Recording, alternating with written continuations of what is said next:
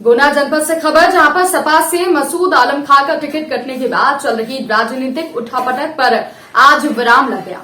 आज गोंडा सपा कार्यालय में संयुक्त प्रेस कॉन्फ्रेंस कर बताया कि केसरगंज विधानसभा से पिछले 6 महीनों से लगातार मेहनत कर रहे थे। उसके बाद मेरा टिकट कट गया। टिकट कटने के बाद मंडल में समर्थकों, शुभ चिंतकों में आक्रोश पैदा हो गया। तरह तरह की राजनीतिक चर्चाएं होने लगी। इस पर मसूद आलम खान ने बताया कि उनका टिकट कटने के बाद ना ही पार्टी छोड़ी और ना ही कोई बगावत की, बल्कि कुछ विपक्षी पार्टियों के द्वारा साजिश कर राष्ट्रीय अध्यक्ष का पुतला फूका, उनके खिलाफ नारेबाजी की, जिसका मैं खंडन करता हूं।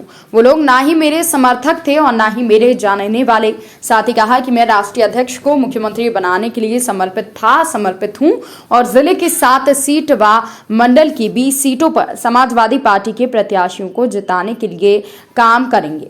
वहीं कटरा विधानसभा के क्षेत्रवासियों से कहा कि ये मेरी विधानसभा है और मुझे समझाकर एक वोट देकर जिताएं। साथ ही मंडल के सभी मतदाताओं से अपील करते हुए कहा कि सभी प्रत्याशियों को जिताने का काम करें। जब प्रत्याशी जीत कर जाएंगे तो सरकार बनेगी। वहीं सपा जिला अध्यक्ष ने कहा कि मसूद आलम खान को टिकट मिला, उनका टिकट कट गया, जिसके बावजूद वो पूरी तन्मयता के साथ सरकार बनाने के लिए मेहनत कर रहे हैं। मंडल में उनका एक अपना जनाधार है, जिससे मंडल 20 सीटों पर सपा का परचम लहराएगा और यहां पर सरकार बनते ही सबसे पहले मसूद आलम खान को सम्मानित किया जाएगा।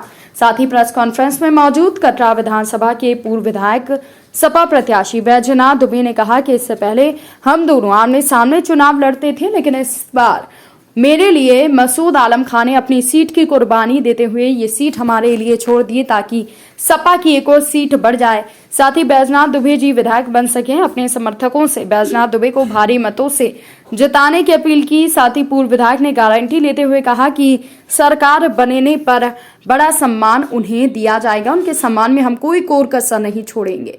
सब लोग जान रहे हैं कि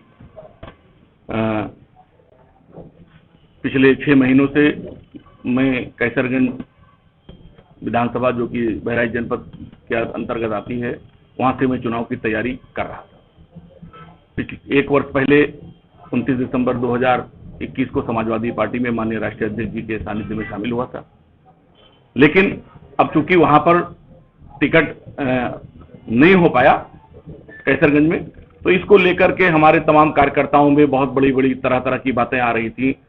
जाहिर सी बात है कि जो जिसके समर्थक और कार्यकर्ता थोड़ा सा दुखी भी हुए होंगे, तो इस संबंध में आकर के मीडिया के समक्ष अपनी बात रखना आवश्यक था कि हम लोग इस 2022 में हम लोगों का लक्ष्य ये है कि हम इस प्रदेश में माननीय अखिलेश यादव जी के नेतृत्व में एक ऐसी सरकार बनाए जिसमें छात्रों, नौजवानों, गरीबों, किसानों के हितों की बात हो, उनके कल्याण की बात हो। और वर्तमान तो भारतीय जनता पार्टी की सरकार है जिसके राज्य में महंगाई चरम सीमा पर है, बेरोजगारी चरम सीमा पर है, लोगों के साथ अत्याचार अन्याय चरम सीमा पर है, कानून व्यवस्था का बुरा हाल है। ऐसी सरकार को हटाने के लिए और माननीय अखिलेश यादव जी की सरकार बनाने के लिए हमने आज ये निश्चय किया है कि मैं तो समाजवादी पार्टी के कार्यकर्ता था, लेकिन फिर बीच में टिकट कट जाने की वजह से कुछ कार्यकर्ताओं में निराशा पैदा हुई थी। उस निराशा को दूर करने के लिए आज हमने ये प्रेस वार्ता बुलाई है कि सब लोग लग करके, पूरे तन मन धन से लग करके जनपद की 7 सीटें, मंडल की 20 सीटें समाजवादी पार्टी को जिताने का काम करें और हर सीट पर उसी लगन से, जिस लगन से मेरे साथ लगे हुए थे। खासतौर से मैं कटरा विधानसभा के अपने समर्थकों और साथियों से कहना चाहता हूं कि आप ये मान के लड़िए कि वहां पर मसूद खान लड़ रहे हैं। हम उतनी ही मेहनत करेंगे कटरा विधानसभा में जितना हम अपने लिए करते थे, उतनी माननीय बैजनाथ दुबे जी के लिए करेंगे और जिले की सभी सीटों को हमको जिताने का काम कर रहा है। थोड़ी सी बातें और कहना है कि जब हमारा टिकट वहां से कटा कैसरगंज से, तो कुछ वहां अफरा तफरी हुई। इसलिए अफरा तफरी हुई कि जब मेरा टिकट हुआ था तो दूसरे दलों के कुछ समर्थकों ने हमारे पुतले जला दिए थे। तो उसके बाद जब हमारा टिकट कट गया तो वहां पर भी हमारे लीडरों के कुछ नेताओं के लोगों ने पुतले जलाए। उन पुतले जलाने में न हमारे किसी कार्यकर्ता का हाथ था, न हमारे किसी समर्थक का हाथ था, वो विरोधियों की एक साजिश थी कि यहाँ से